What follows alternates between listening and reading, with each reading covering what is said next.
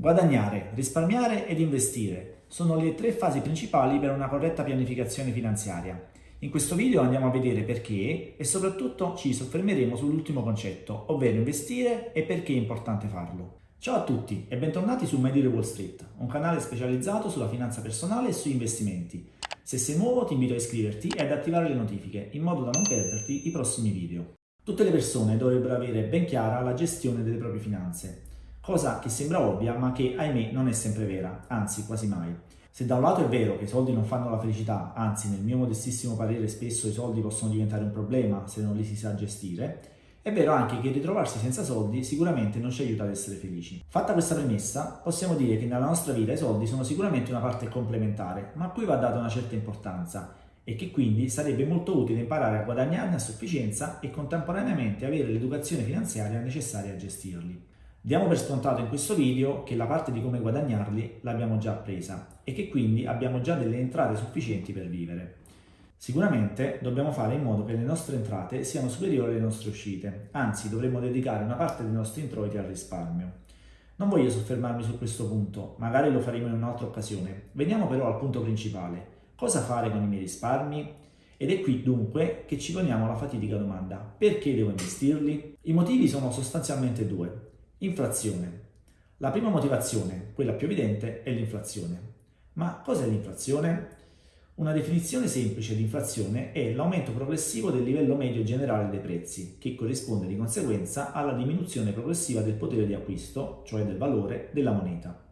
In pratica, se teniamo i nostri soldi fermi in banca o nel cassetto, sotto il materasso o dove vogliamo, questi nel tempo si svaluteranno per via dell'inflazione. Mi spiego meglio. Se ho 10.000 euro di risparmi e li tengo fermi senza investirli, dopo 10 anni è vero che avrò sempre 10.000 euro, ma molto probabilmente il potere di acquisto di quei 10.000 euro sarà diminuito, perché, come abbiamo detto, ci sarà stato in questo periodo un aumento generale e progressivo dei prezzi. Considerando che l'inflazione media annua è del 2%, dopo 10 anni i miei soldi avranno perso circa il 20% del loro valore. Questo vuol dire che sebbene siano sempre 10.000 euro, probabilmente riuscirò a comprarci le stesse cose che oggi compro con 8.000 euro. Ovviamente è una stima, l'inflazione non è precisamente il 2% all'anno, ci sono periodi dove è più alta, altri dove è assente, ma il concetto è quello ed è bene averlo chiaro in mente. Già se volessimo fermarci qui, questo mi sembra un motivo più che valido per investire risparmi. Passiamo al secondo motivo, rendimento più interesse composto. Investire i nostri risparmi, oltre che proteggerci dall'inflazione, può generare anche dei rendimenti, che aumentano nel tempo grazie al potere dell'interesse composto. Cos'è l'interesse composto? È una strategia di investimento che prevede che gli interessi maturati alla fine di un periodo vengano reinvestiti e non ritirati. Questo permette al capitale nel corso del tempo di crescere in maniera esponenziale. Vediamo anche qui un esempio. Prendiamo un investimento di 20.000 euro di capitale che rende un ipotetico 10% anno e facciamo un confronto tra interesse semplice e interesse composto, anno per anno. Come vediamo, nel primo anno ovviamente non c'è differenza. Dal secondo anno inizia a esserci una piccola differenza, dovuta al fatto che l'interesse è calcolato non più sui 20.000 euro di capitale, ma sui 22.000 euro maturati dopo il primo anno. Man mano che passa il tempo, come vedete, la forbice si allarga sempre di più e il divario che si crea dopo 30 anni è incredibile. 317.000 euro contro 78.000 euro. E ci si arriva partendo sempre dai 20.000 euro di capitale iniziale. La differenza è data solo ed esclusivamente dall'interesse composto. Nessuna aggiunta di capitale è stata fatta. Il concetto è che, al di là di quanto possa essere il rendimento, investendo e sfruttando l'interesse composto si possono raggiungere traguardi che se volessimo solo accumulare risparmi sarebbero irraggiungibili. In Italia, inoltre, investire, a mio avviso, è ancora più importante, perché il nostro sistema pensionistico non è che se la passi benissimo, per via di una gestione a dir poco inadeguata nei decenni passati. Quindi per chi come me, ma come altri milioni di persone, ha davanti ancora tanti anni prima di poter andare in pensione, sarebbe opportuno crearsi un fondo di riserva da affiancare un giorno alla pensione, che ci possa permettere in vecchiaia di poter mantenere inalterato il nostro stile di vita. Questa potrebbe essere una motivazione secondaria, ma purtroppo non sono molto fiducioso che tutti i contributi che versiamo ogni anno riusciranno a garantirci una pensione adeguata. Detto ciò, ci sovviene un'altra domanda fondamentale: in cosa investire? La cultura del nostro paese ci dà tre macro aree. Immobili.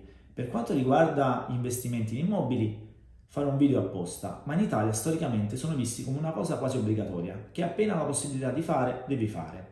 Partendo dal dire che non è sbagliato, ma dobbiamo valutarlo di volta in volta, perché anche se è vero che per decenni il valore degli immobili in Italia è sempre cresciuto nel tempo, anche in maniera considerevole, Non è detto che sarà sempre così, anzi, già l'ultimo decennio ne è stata la prova. E comunque comprare casa a Milano, ad esempio, non è la stessa cosa che comprarla a Campobasso, giusto per dirne una. Quindi va analizzato il singolo caso. Inoltre gli immobili non sono diversificati, non sono liquidi e spesso si è costretti ad investire risparmi e ad impegnare anche i risparmi futuri, a volte anche quelli di 30 anni, facendo un mutuo.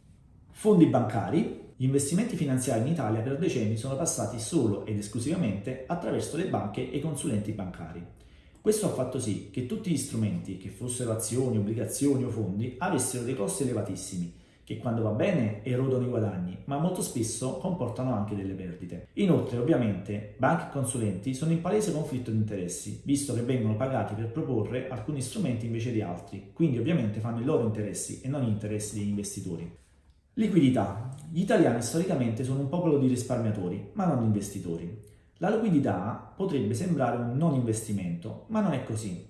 Esclusa una parte di risparmi che deve essere tenuta giustamente in liquidità per essere utilizzata in caso di emergenza, se decidiamo di tenere risparmi in eccesso in liquidità è un investimento che, seppur con rischio zero, ha un rendimento medio del meno 2%, cioè uguale al tasso medio dell'inflazione come abbiamo visto prima. Quindi su cosa ci consigli di investire? Beh, come vedremo in altri video, investire presuppone una strategia, che non vuol dire per forza una cosa complessa, anzi, ma bisogna capire quantomeno quali sono gli obiettivi, qual è l'orizzonte temporale e qual è il capitale a disposizione. Questo è il motivo principale per cui nessuno potrà mai darvi un investimento che vada bene per tutti, ma ogni caso va analizzato e va creata una strategia. Prima di arrivare alla fine ho bisogno di capire quali contenuti vengono più apprezzati e quali argomenti suscitano più interesse. Quindi se apprezzi questo tipo di video o comunque se gli argomenti trattati sono di tuo interesse, fammelo sapere con un like in modo che possa produrre più contenuti simili. Torniamo a noi. Il mio consiglio generale è quello di investire sui mercati finanziari. Perché? Perché è molto più semplice di quello che sembra, non c'è bisogno di grandi capitali, ma si può iniziare anche con poche centinaia di euro e accumulare il capitale nel tempo. Ed è un investimento che, se fatto in autonomia, è praticamente a costo zero. Certo, per iniziare c'è bisogno di capire almeno le basi e cosa si sta facendo, ed è per questo che ho aperto questo canale, per far avvicinare al mondo degli investimenti tutte le persone in maniera semplice e nel modo corretto. Approfondirò questo aspetto in un prossimo video, anzi più probabilmente ci farò una serie di video, quindi se non vuoi perderli non dimenticarti di iscriverti al canale e di attivare le notifiche. Tu già investi? In cosa? Fammelo sapere nei commenti, così posso avere un'idea del pubblico che guarda i miei video e fare contenuti sempre più appropriati. Siamo arrivati alla fine per oggi, spero che sia riuscito a convincerti che investire non è un di più, ma una necessità. Per questo video è tutto, alla prossima!